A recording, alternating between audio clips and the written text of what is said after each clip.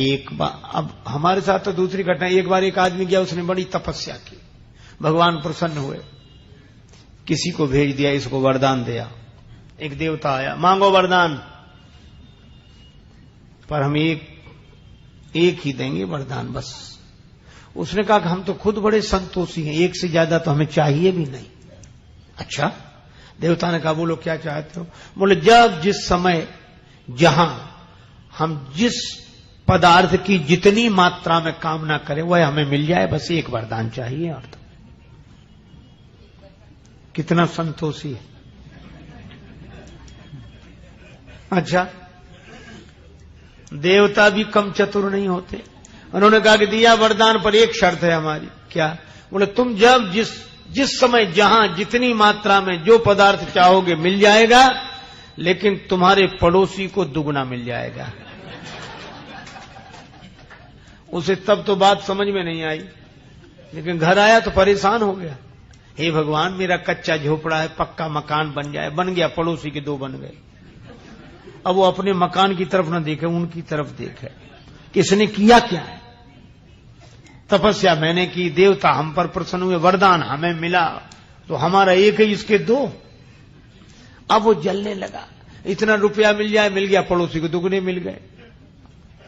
सुख से रहना मुश्किल हो गया। एक दिन बोला कि हे भगवान, मेरे मकान के दरवाजे के ठीक सामने एक कुआं बन जाए।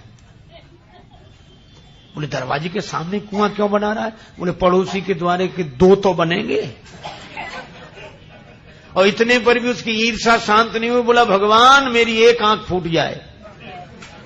बोले अपनी एक आंख काहे को फूटता? पड़ोसी की तो दोनों फूटेंगे, और दो कुएं किसी न किसी में तो गिरेगा।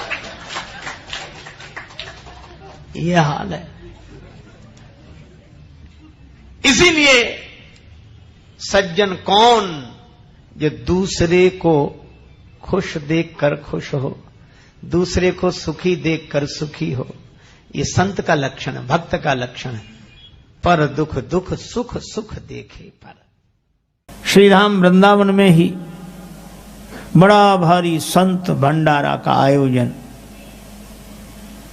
तुलसीदास जी को कोई निमंत्रण नहीं मिला,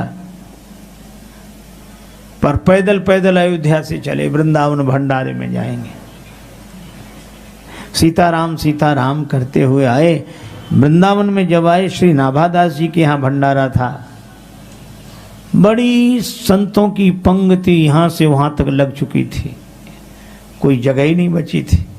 और तुलसीदास जी आए तो भोजन का ही समय था, तो सबसे किनारे बैठ गए, बिना आसन के ही बैठ गए। पत्तल भी नहीं गिरी थी सामने। खीर परोसने वाला आया, बाबा तुम्हारे आगे तो पत्तल दोना नहीं है, किस पात्र में हम ये खीर परोसें? तुलसीदास जी ने बगल में ही संतों के जूते पड़े थे, संतों की पनही उठा ली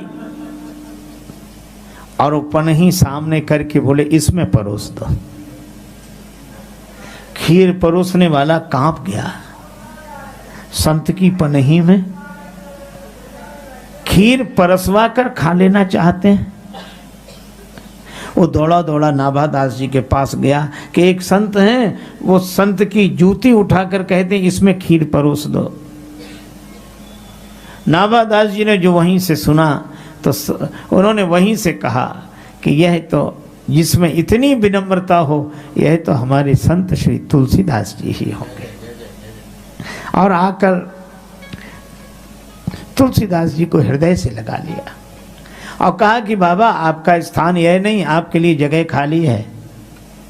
108 संतों की पंक्ति हुई, पर सुमेरु का पद तो अभी खाली है। और तुलसीदास जी को सुमेरु पद पर बिठाया। यह गुरुदेव की कृपा, भगवान की कृपा। किसी ने पानी से पूछा कि पानी, तुम लोहे के टुकड़े को डुबा देते हो, पत्थर के टुकड़े को डुबा देते हो, पर लकड़ी को नहीं डुबाते। बड़े बड़े वृक्ष नदियों में बहते रहते हैं, पर नदियां वृक्ष को डुबाती नहीं हैं। कारण क्या है? जल नहीं बोरत काठ को, कहो कहाँ की प्रीति। जल ने उत्तर दिया, अपनों सींचो जान के, यही बड़न की रीत। जल कहता है जिसको सींचकर हमने वृक्ष बनाया, उसको अगर डुबा देंगे तो हमारा बड़प्पन क्या रहेगा। और जल की तो ये महानता, और लकड़ी की नीच वृत्ति देखो। जिसने सींचकर बड़ा किया उसी के सिर पे चढ़ के चलती है, जल को डुबाकर चलती है। जिसने सींच कर बड़ा किया उसी के सिर पे चढ़ गए।